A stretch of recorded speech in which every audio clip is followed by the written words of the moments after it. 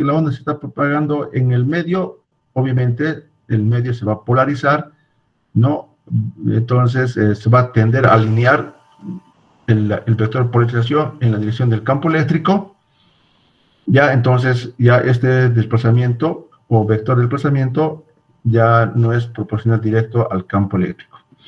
Entonces, un poco para recordar, digamos, que las ondas electromagnéticas pueden propagarse en el medio o en el vacío, ¿no?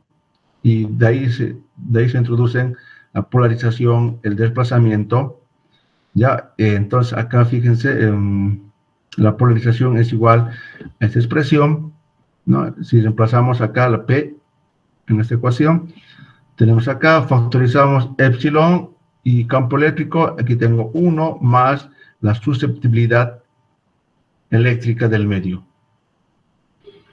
Entonces, acá definimos lo que es la permitividad del medio. Y esta permitividad del medio generalmente es mayor que 1, ¿no? Entonces, la permitividad del medio, epsilon, que aquí lo definimos, ¿ya? Que es proporcional a la permitividad del vacío, que es una constante universal de fenómenos eléctricos, y la susceptibilidad eléctrica, ¿no? O sea, su respuesta del medio al campo eléctrico se llama la susceptibilidad eléctrica del medio. Bueno, entonces, fíjense, si no hay medio, la susceptibilidad va a ser 0 y básicamente tenemos nuevamente igual, ¿no? Proporcional el desplazamiento al campo eléctrico, si estuviéramos en el vacío. Ya todas las cosas lo analiza Maxwell, ¿no? Sus ecuaciones lo lleva en un medio, en el vacío, etcétera, etcétera. Lo mismo sucede con el campo magnético. El campo magnético también, el campo magnético puede actuar sobre un medio o sobre el vacío. Entonces, al introducir o al considerar el medio material de los campos magnéticos, se considera el vector H, que se lo llama, a ver, déjenme recordar, intensidad de campo magnético, ¿ya? La intensidad de campo magnético y campo magnético nomás. Entonces, lo mismo, aparece un vector de magnetización, al igual que la polarización del caso eléctrico, y de forma análoga al caso eléctrico. O sea, hay mucha, ¿qué se dice esto? Hay mucha analogía en la física, ¿no? En este caso, entre la electricidad y el magnetismo hay mucha analogía. Fíjense, en lugar de epsilon por E es B sobre mu sub 0, en lugar de P es M, ¿no? Solamente que aquí lo divide, no lo multiplica. Bueno, la permeabilidad magnética del vacío, otra constante universal de la física, ¿no? Que tiene que ver con fenómenos magnéticos, ¿ya? Entonces, acá definimos la magnetización nuevamente con una susceptibilidad magnética, lo reemplazamos y definimos la permeabilidad del medio. Fíjense, tiene una forma muy similar a la permitividad del vacío, la permitividad eléctrica. Permeabilidad magnética, permitividad eléctrica, ¿no? Suena muy parecido, ¿no? Pero son diferentes. Ya, pero lo que quiero que vean aquí que el campo magnético es proporcional a H, y mu es esto. Nuevamente, si está en el vacío es de 0, y esto básicamente sería mu sub 0, ¿ya? Mu sub 0. Entonces, eso para considerar que las ondas también pueden propagarse en el medio o en el vacío. Obviamente nos interesa, se simplifica más en el vacío porque no consideramos los términos de polarización o magnetización del medio, ¿no? Bueno, ahí tenemos las 4 ecuaciones en su forma diferencial, porque también podemos pasar a su forma integral, ¿no? A su forma integral. Las 4 ecuaciones, tal vez ustedes conocen más la ley de Gauss para campos eléctricos en su forma integral. A ver si me hacen recordar cuál es la ley de Gauss en su forma integral, jóvenes.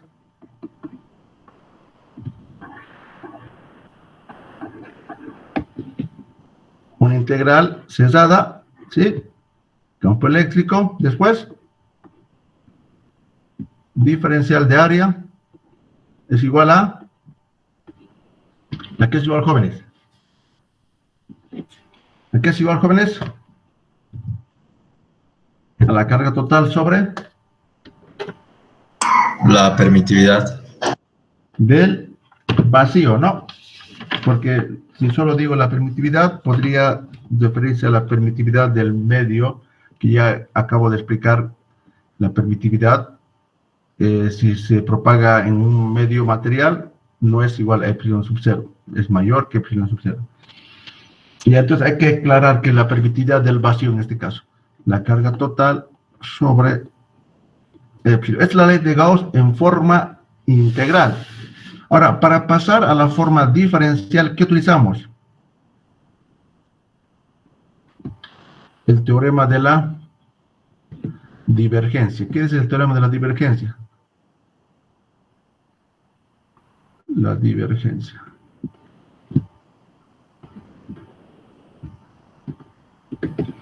¿Qué dice el teorema de la divergencia, jóvenes? Que la integral de volumen, esta es la divergencia de una magnitud vectorial, digamos A, una integral de volumen pasa a una integral de superficie cerrada de la magnitud, bueno, en este caso es A, punto ds, este es el vector. ¿Ya? O de A, como quieran. Ya, este es el teorema de la divergencia. ¿Sí? Entonces, fíjense, yo puedo reemplazar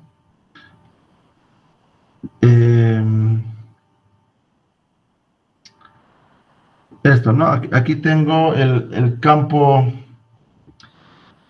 Entonces acá voy a tener la integral punto, el vector es E, diferencial de volumen. Ahora, ¿a qué es igual la carga total? ¿O cómo encuentro en términos de integral? ¿Cómo encuentro la carga total, jóvenes?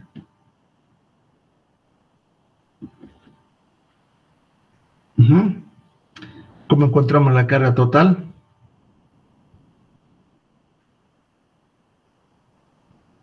¿Alguien recuerda?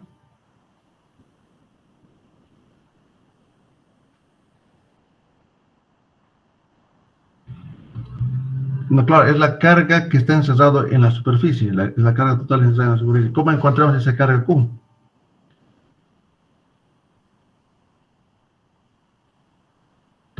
¿Cómo encontramos la carga? Ya, entonces, partimos de la definición de densidad de carga volumétrica. Rho es igual a carga por unidad de volumen. Entonces, acá el dQ va a ser igual a Rho por diferencial de volumen. Si Rho es constante, bueno, para hallar la carga total, debo integrar, ¿no?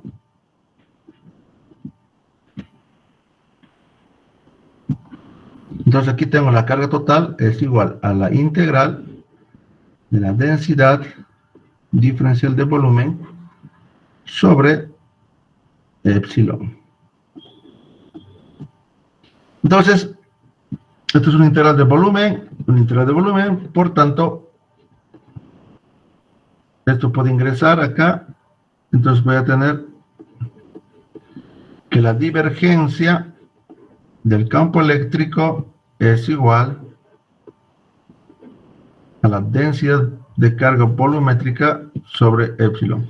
Y aquí tengo la primera ley de Maxwell, pero en el fondo es la ley de Gauss en su forma diferencial. Esta es la ley de Gauss en su forma integral. ¿Ya? Entonces, esto ya se conocía. Después viene la ley de Gauss para campos magnéticos. Esta es la primera ecuación.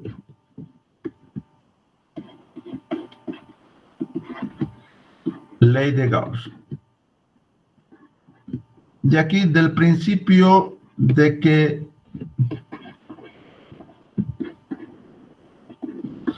no hay monopolos magnéticos, es decir, de que siempre vamos a encontrar un dipolo magnético, no es posible encontrar solo un polo.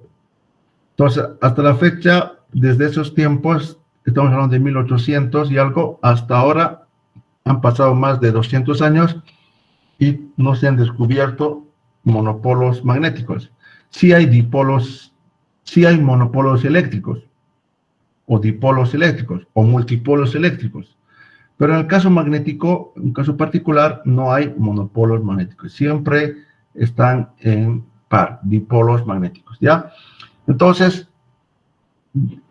eso hace que sus líneas de campo, bueno, acá sus líneas, aquí una sola carga, ¿no? Este es Q, digamos.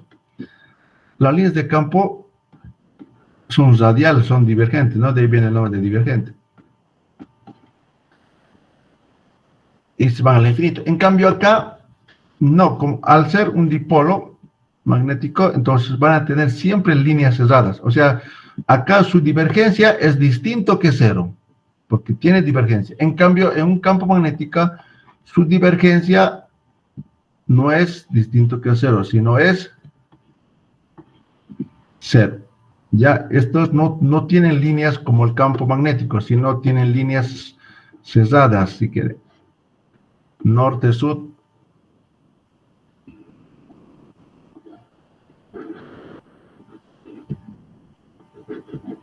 Entonces sus líneas son cerradas, entonces no hay divergencia. ¿De acuerdo? No hay divergencia. Esto también de los resultados del magnetismo. Su divergencia del campo magnético es cero. Siempre se encuentran líneas cerradas. ¿Ya? Entonces es una ley también que ya se conocía, la ley de Gauss, para campos magnéticos. O sea que ya conocemos dos ecuaciones que no son de Maxwell, que ya estaban ampliamente desarrolladas, pero de forma independiente. ¿Cuál es la tercera ley, jóvenes?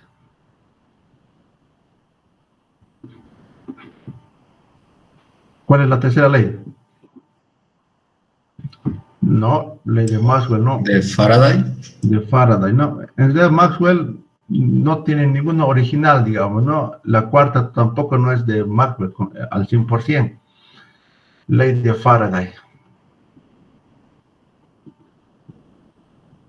Ya. ¿Qué dice la ley de Faraday? Ahora va a hablar de rotores, ¿no? Va a hablar de rotores. ¿Qué dice la ley de Faraday, jóvenes? A ver, ¿alguien recuerda la ley de Faraday?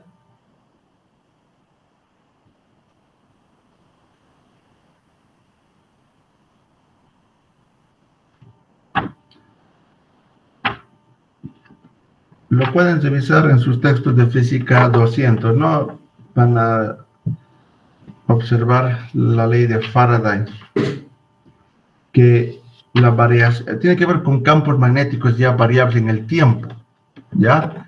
Tiene que ver con campos magnéticos, o sea, de forma diferencial de memoria, digamos, el rotacional del campo eléctrico es diferente que cero menos la derivada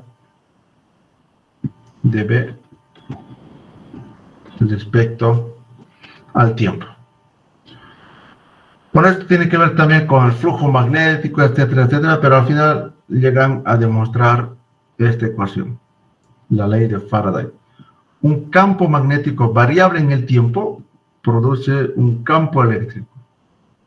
Ya, es decir, su rotacional es distinto que cero. Ya, eso es la ley de Faraday. Y luego viene la cuarta ley. No sé si tengo acá desarrollado por parte. Bueno, la ley de Ampère y nada más.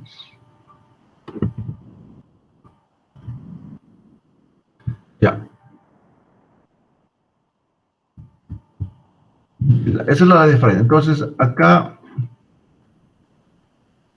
también tendrían que usar el teorema de Stokes, por si acaso. El teorema de Stokes.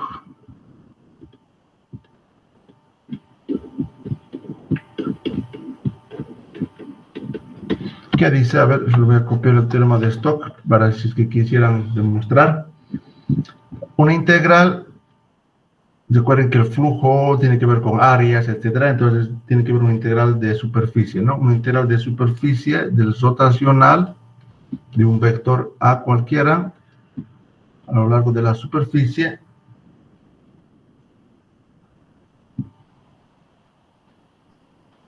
es igual a una integral de contorno.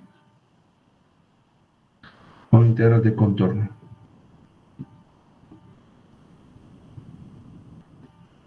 Cesada del vector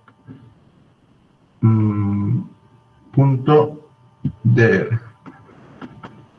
Ya, este teorema de Stokes. De una superficie superficial paso a una superficie, digamos, lineal o de contorno. Bien, y repito, podrían ver desde si quieren, desde un comienzo la ley de Faraday. Ahorita no la tengo a la vista, pero seguramente ustedes van a poder ver la ley de Faraday. Pero en pocas palabras, un campo magnético variable en el tiempo produce un campo eléctrico, o algunos lo traducen como cociente. La cuarta ley tampoco no es de Maxwell. ¿De quién es? La cuarta ley, ¿de quién es, jóvenes?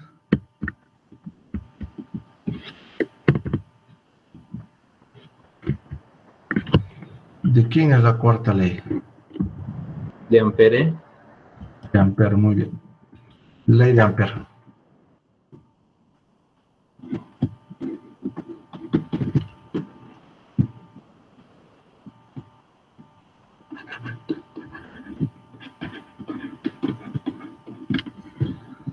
Y Ampere dice, bueno, esta es la ley de Ampere-Maxwell previo, a ver, algo similar al caso de la ley de Gauss, digamos, ¿no? A ver.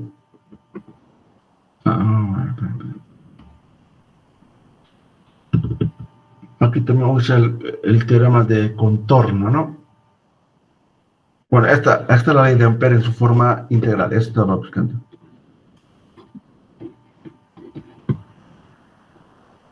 Punto de contorno es esto. Igual mu sub 0 por la cociente que está encesada, ¿no? O sea, la corriente que circula. Esa es la ley de Ampere en su forma integral. Usando el teorema de Stokes puedo llegar a la ley de Ampere en forma diferencial. Ya, entonces fíjense, de una integral de contorno voy a pasar a una integral de superficie por el teorema de Stokes. Aquí el campo magnético es B, punto ds, S, igual mu sub 0. Ahora aquí lo cociente igual que la carga eléctrica, hay que encontrar la corriente total que está encesada, ¿no? Por este contorno. Y la corriente sabemos que es igual, acá es,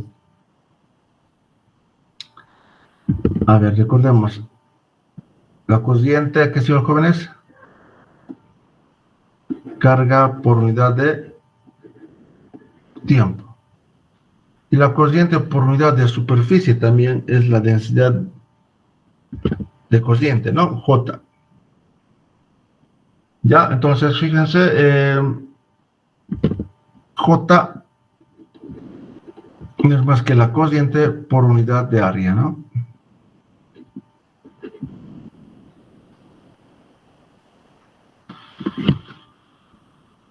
la densidad de corriente. Entonces, acá, a ver qué hacemos.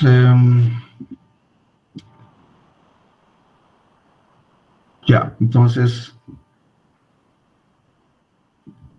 podrías reemplazar de acá la corriente igual J por área. ¿Ya? La corriente total, bueno, si quieren, acá un diferencial, para allá la corriente total debo integrar eso, ¿no? ¿Ya?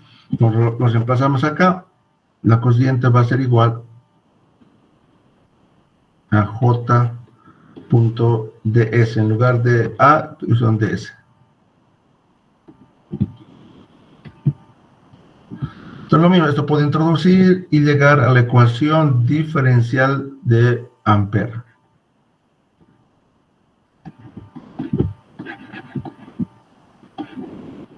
Y es un vector la densidad de corriente. Y aquí tengo la cuarta ley del... Bueno, esta es una ley de Ampere, que es una ley del magnetismo. Ya, entonces ya tengo las cuatro leyes. Entonces, fíjense, hasta acá no hay nada nuevo, pero ¿dónde está la genialidad de Maxwell? Va a ser a combinar estas cuatro ecuaciones. Pero obviamente encuentro un pequeño problema, ¿no? Encuentro un pequeño problema. Y ese problema lo va a resolver introduciendo una corriente de desplazamiento. ¿Ya? A ver, aquí está explicado eso.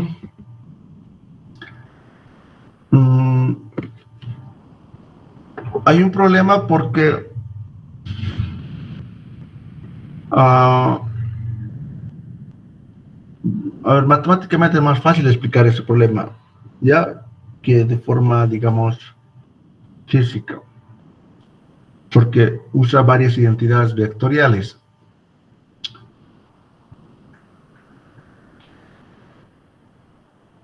Ya, entonces, fíjense, si bien tengo acá la ley de Ampere, ¿de acuerdo? Esta es la ley de Ampere. Si aplicamos la divergencia a ambos lados,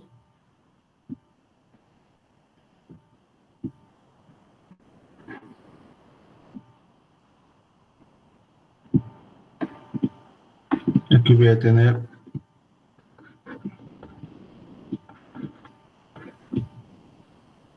ahora, ¿a qué es igual la divergencia de un rotacional? La divergencia de un rotacional debería ser, esto por teorema de identidades vectoriales, ¿a cuánto debería ser esto? La divergencia de un rotacional. Es proporcional al... No, olvídense de este lado derecho. Esto, simplemente esto. Esto es una propiedad, una identidad vectorial.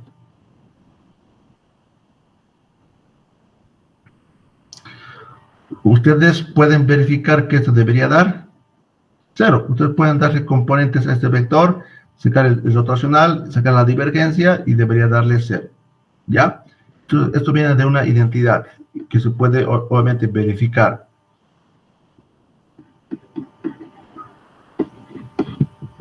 Se puede verificar esa identidad. Pero aquí estamos viendo que es distinto que 0. Entonces algo está fallando. Por como les digo, es fácil ver desde el punto de vista matemático, pero la explicación física ya les dejo para ustedes. Entonces, acá algo está fallando. Entonces, Maxwell dice, aquí no puede ser eso, porque matemáticamente, pues recuerden que Maxwell era un capismo en matemático, un teórico, ¿no? Entonces, aquí algo está fallando, esto debería darme 0. Entonces, acá, ¿qué está pasando? Obviamente tiene su explicación física también, ¿no? Y ahí introduce su famoso corriente de desplazamiento, un segundo término. Ya va a introducir un segundo término, ¿de acuerdo?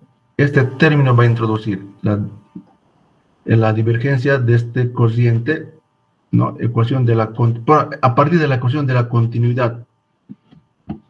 Ya a partir de la ecuación de la continuidad va a introducir un término adicional.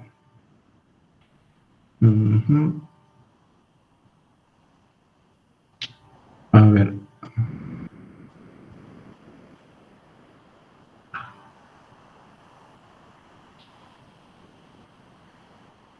En el caso eléctrico sí cumple, ¿no? Fíjense. En el caso eléctrico, la divergencia del rotacional del campo eléctrico es cero. Bueno, esta es la tercera ley de Faraday. Y aquí sí cumple.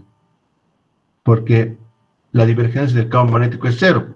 Entonces, esto es cero y esto es cero. Entonces, cumple. En cambio, aquí solo es válido para corrientes estacionarias. Es decir, cuando la corriente es constante, entonces, claro, ¿verdad? La divergencia de esto va a ser cero. Ahí cumple. Pero cuando esto no es cero o no es constante, entonces esto ya no es cero. Ya, entonces, obviamente esto va a ser cero si esa divergencia es cero. Pero si no es cero, entonces ya no cumple. ¿Ya? Entonces, introducimos la ecuación de la continuidad. Creo que no lo tengo por acá, esto ya. Entonces, a ver cómo llegamos a la conclusión final de Maxwell.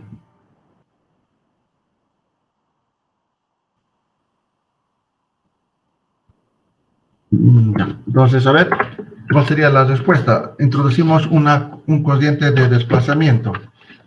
A ver, déjenme ver la cociente de desplazamiento aquí es igual.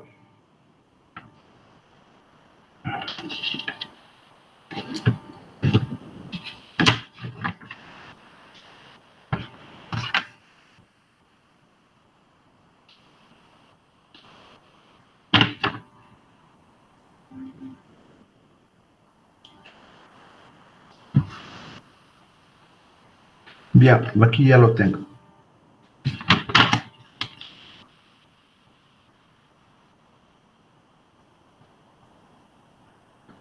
Bueno, las ecuaciones, aquí un caso particular, aparecen de manera, digamos, directa, EB, EB, EB, pero podría ser D, H, D, D, H, H, D, ya si consideramos en el medio. Eso, a manera de ejercicio, ustedes pueden ver, ¿no? Cómo se convierte si esto se propaga en el medio, ¿no? Entonces, si fuera en el medio, esto tiene que ser D, y cómo cambia estas cosas, ¿no? Ya, de todas maneras, les decía, en el caso, para solucionar el problema, Maxwell introduce una corriente de desplazamiento. Al final voy a escribir el resultado simplemente. Esto es mu sub 0j, hasta aquí es Maxwell, y añade este término que es más mu sub 0 epsilon 0, la variación del campo eléctrico respecto al tiempo. ¿Ya? Esto, por favor, para la siguiente semana alguien podría demostrar.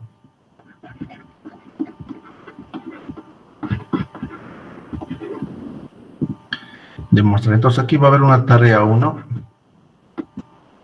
Y también escribir las ecuaciones de Maxwell. Y obviamente con alguna justificación, ¿no? No solamente escribir, sino por qué estamos escribiendo de esa forma. Escribir las 4 ecuaciones de Maxwell.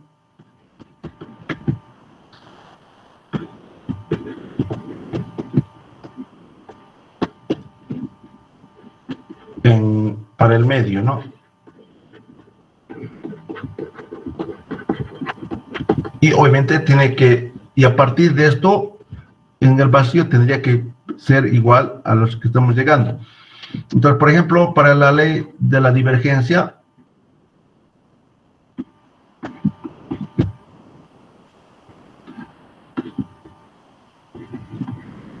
ya, entonces,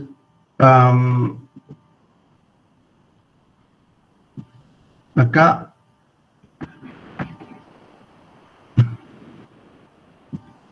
esto pasa,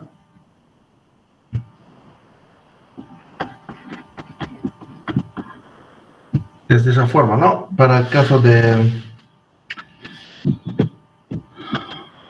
términos del vector del desplazamiento, porque sabemos que D es igual a epsilon por E. Aunque aquí no estamos considerando la polarización, Si fuera la polarización, tendría que añadirse el P, ¿no? El P, si quieren, aquí lo pueden añadir más. ¿Ya? Es un poquito, tal vez lo puedan discutir más ampliamente utilizando sus apuntes. O sea que estas ecuaciones, las 4 ecuaciones, también se pueden escribir. Vamos a resumir. Ahora, resumiendo las ecuaciones de Maxwell en términos de P y E. Perdón, de B y E.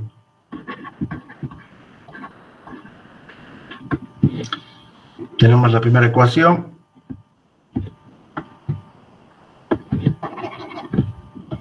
Tenemos la primera ecuación que nos dice la divergencia del campo eléctrico es igual a ρ sobre epsilon. La divergencia del campo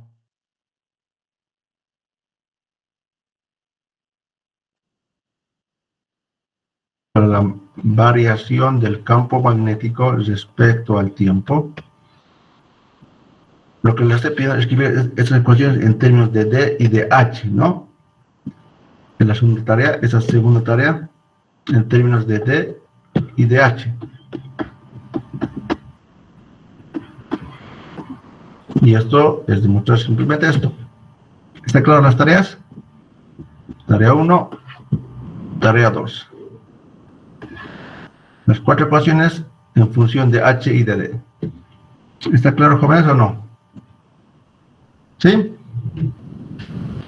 La cuarta ecuación.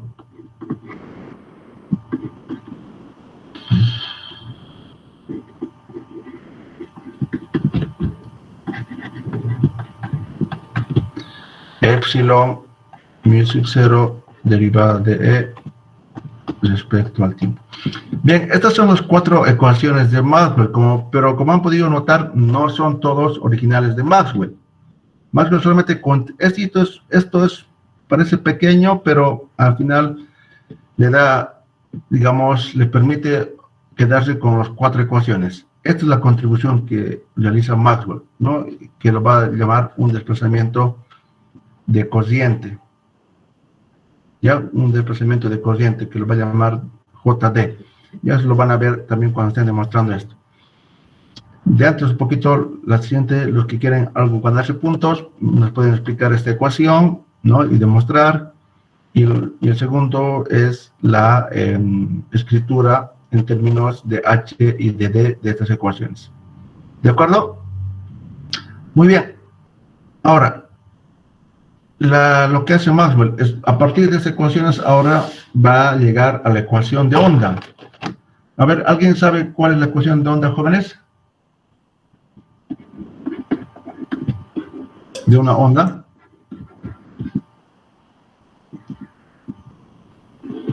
Para cualquier magnitud. ¿Cuál es la ecuación de una onda?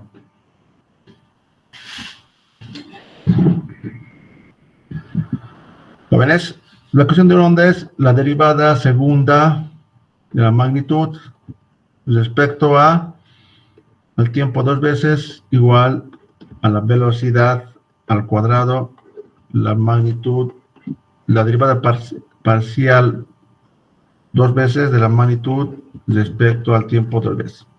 Ya eso de sus cursos de física 2. Esta es la ecuación de onda. ¿Sí? Ahora, Maxwell va a llegar a esta ecuación considerando estas 4 ecuaciones.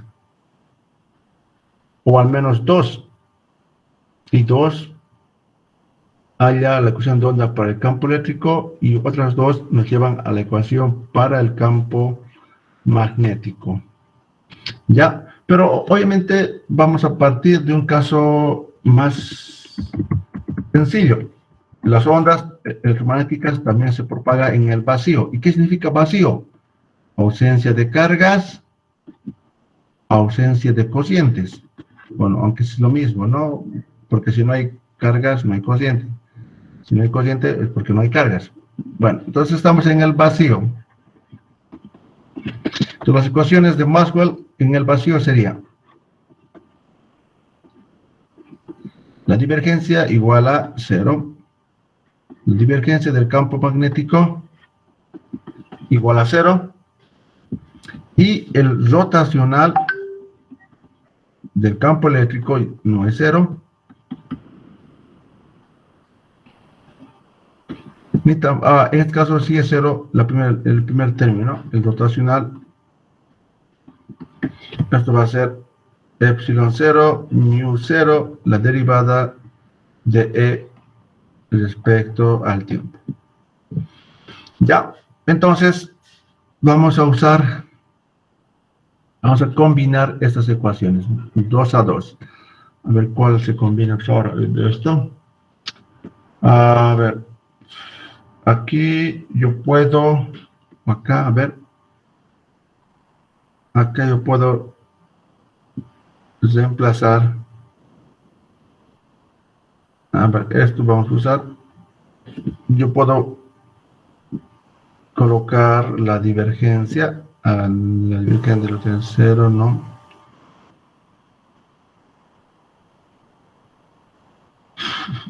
Hay que multiplicar. Veamos la presentación que creo que lo tenemos ya.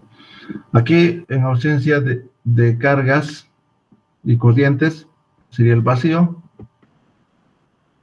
Recordando esta propiedad, ¿no? Bueno, hay que hacer entonces el rotacional, hay que aplicar a una de las dos.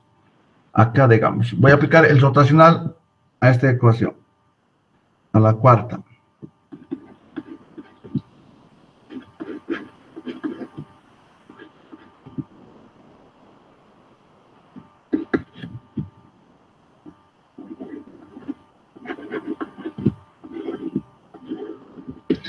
El rotacional o el operador nabla es un operador diferencial espacial. Esto es un operador diferencial temporal. Entonces, son independientes. Puede ingresar el rotacional.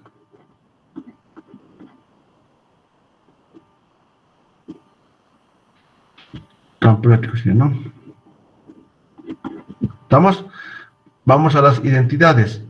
Las identidades, esto me dice, a ver, déjenme ver aquí mi tabla de identidades vectoriales. El doble producto vectorial. El doble producto vectorial esto es igual a la gradiente de la divergencia del vector, en este caso B, ya, menos el operador laplaciano por el vector B. Esto es el equivalente. Igual, mu epsilon 0, mu 0. Ahora, ¿a qué es igual esto? De acuerdo a esta ecuación, es igual a partir de la tercera ley, la derivada respecto al tiempo, la derivada respecto al tiempo del campo magnético, y aquí hay un signo menos, ¿no? Ahora, ¿cuánto vale la divergencia del campo magnético? Vale 0, y tengo acá menos el operador laplaciano igual menos la derivada segunda respecto al tiempo 2 veces por el campo magnético. El menos se va. Este es un operador espacial. En una dimensión voy a tener la derivada segunda respecto de x, por ejemplo, igual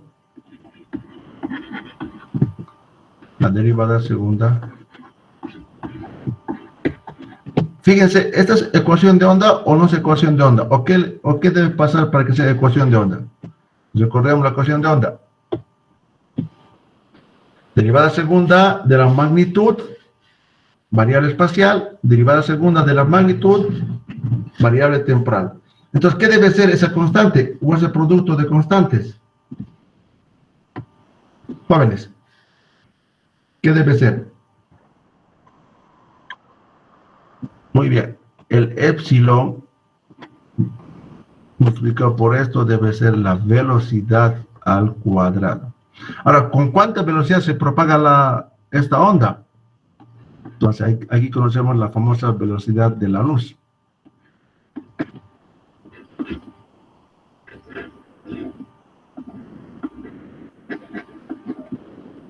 ¿Cuánto vale epsilon?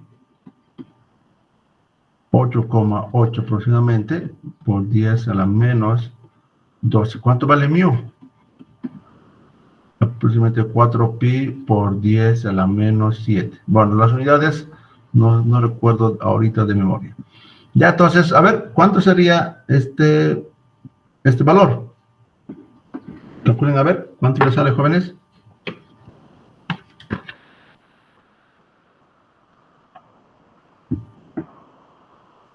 No, 2.2.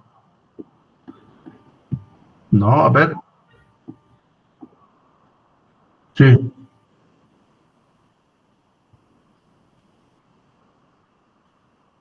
¿Sí, pero has verificado? Porque me he hecho a las 5 a las 6.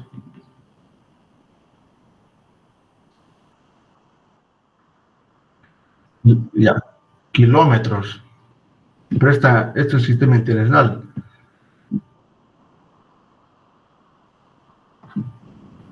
Ya, entonces generalmente es una constante. Como estamos viendo en el vacío, obviamente, si fuera epsilon en el medio, mu en el medio, cambia. La velocidad disminuye, porque esto, o sea, si esto es mayor que 1, ¿no? Entonces, si esto viene acá, esto va a ser menor que 1. Pero estamos analizando la velocidad en el vacío. Velocidad en el vacío. Velocidad de la luz. ¿Por qué de la luz estamos hablando? Porque estamos verificando que la luz es una onda electromagnética, cuya velocidad en el vacío de la luz en el vacío es una constante llamada C, que es aproximadamente 3 por 10 a la 8 metros por segundo. Entonces, cuando ustedes escuchen velocidad de la luz en el vacío, esto es esta constante. Ya es un valor constante. Las ondas se propagan con velocidad constante. Si se propaga en un medio material, obviamente ya va a depender, ¿no?, del índice de refracción.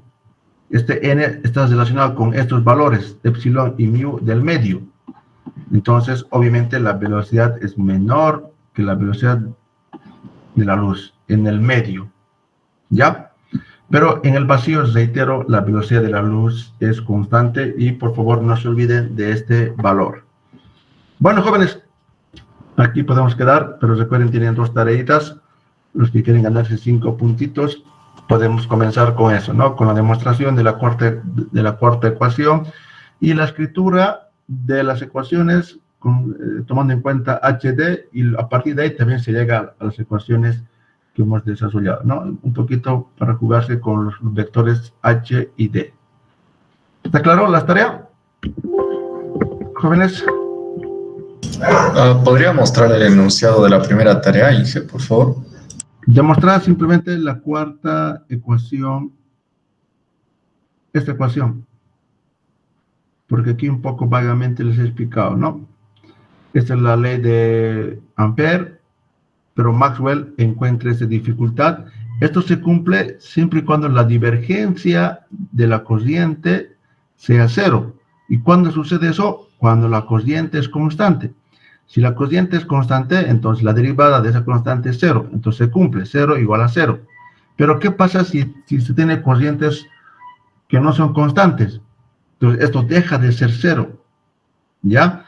Entonces aquí no se cumple la identidad. Aquí esto es distinto que 0 y esto es 0. Esto por identidad vectorial. Pero, repito, solamente es válido para corrientes constantes. Para corrientes que cambien en el tiempo, ya esto deja de ser válido porque no es 0, Entonces, Maxwell va a introducir un concepto denominado cociente de desplazamiento. Lo va a añadir para poder salir, digamos, de apuros, y va a llegar a esta ecuación. Y lo que se pide es cómo llega a esta ecuación. Es la primera tarea. Y la segunda tarea es escribir las ecuaciones de Maxwell en términos de HD y un poquito comentar que a partir de esas ecuaciones se llegan a estas ecuaciones, etcétera, etcétera, ¿no? Ya hemos visto algo de las relaciones entre H y B y D y E. ¿Se entienden las dos tareas? Sí, gracias. Bien, jóvenes. Entonces, los que quieren ganar 5 puntos.